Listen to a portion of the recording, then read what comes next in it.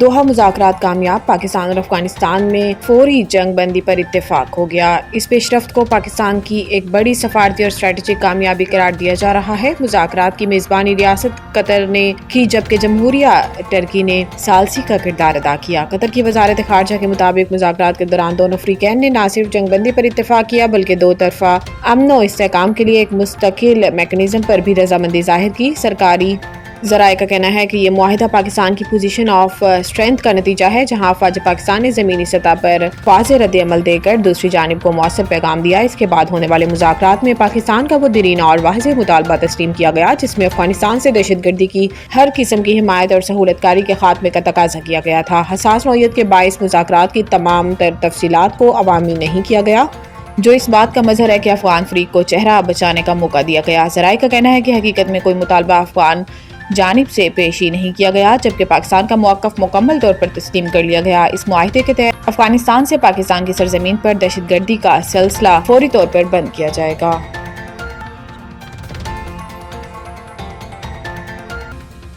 1.2 ارب dollar کی اگلی IMF قسط دسمبر تک ملنے کی توقع ہے۔ وزیر خزانہ محمد اورنگزیب دورہ امریکہ پر ہیں، جہاں انہوں نے 20 وزارتی اجلاس میں شرکت کی اور لاس اینڈ ڈیمیج فنڈ کو فوری طور پر فعال کرنے پر زور دیا۔ وزیر خزانہ کی انٹرنیشنل فائنانس کارپوریشن کے مینیجنگ ڈائریکٹر مختار ڈیوڈ سے ملاقات ہوئی، جس دوران وزیر خزانہ نے امید ظاہر کی ہے کہ ایگزم بینک جلد ریکارڈ ایک منصوبے میں شمولیت اختیار کرے گا۔ محمد اورنگزیب کی JP مارگن کے سینئر انتظامی بورڈ سے بھی ملاقات ہوئی، جس دوران دو طرفہ شراکت داری کو مزید فروغ دینے کی ضرورت پر زور دیا گیا۔ واشنگٹن میں پریس کانفرنس کرتے ہوئے وزیر خزانہ محمد اورنگزیب نے کہا کہ IMF ایگزیکٹو بورڈ جلد اجلاس میں معاہدے کی منظوری دے گا اور پاکستان کو 31 دسمبر تک IMF سے 1.2 ارب ڈالر کی قسط ملنے کی توقع ہے۔ انہوں نے کہا کہ IMF پاکستان پر قومی مفاد کے خلاف کوئی شرط عائد نہیں کر سکتا۔ IMF پروگرام کے تحت کی گئی اصلاحات نے معیشت کو مستحکم کیا اور اب تک تمام اصلاحات پاکستان کی اپنی معیشت ترجیحات کے مطابق ہیں۔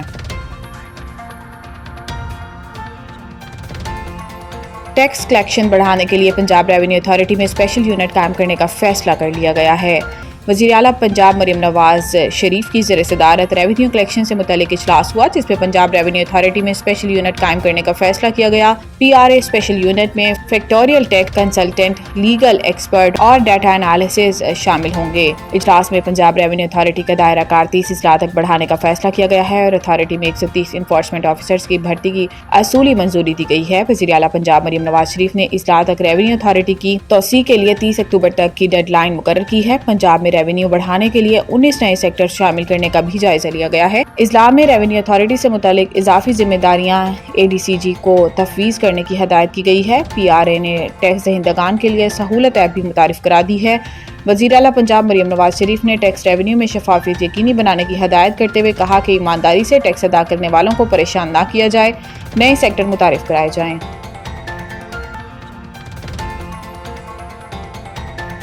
سندھ حکومت کا کیٹی بندر اور شاہ بندر میں منی فش ہاربرز قائم کرنے کا فیصلہ۔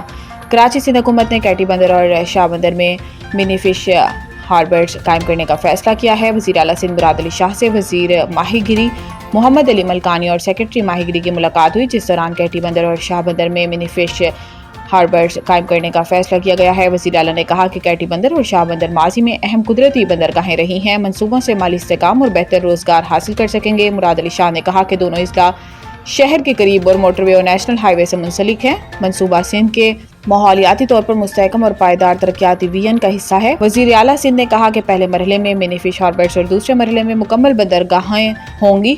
منصوبے سے ماہی گیری، تجارت اور سیاحت میں طویل المدتی فوائد حاصل ہو سکیں گے۔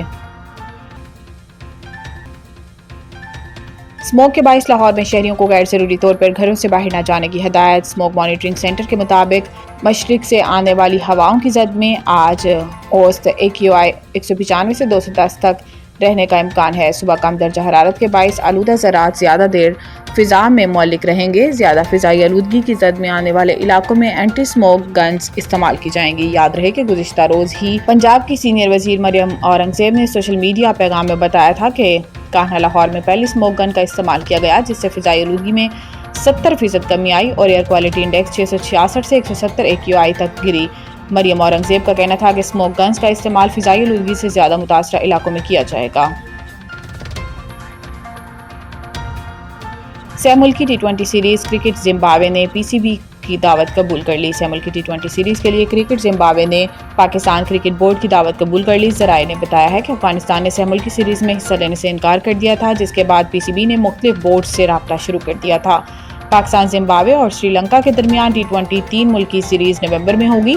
تین ملکی سیریز 17 سے 29 نومبر تک راولپنڈی اور لاہور میں کھیلی جائے گی۔ پاکستان اور زمبابوے کا افتتاحی میچ 17 نومبر کو راولپنڈی میں کھیلا جائے گا۔ سری لنکا اور زمبابوے کا میچ 19 نومبر کو راولپنڈی میں شیڈیول لاہور کا قذافی اسٹیڈیم 5 میچز کی میزبانی کرے گا۔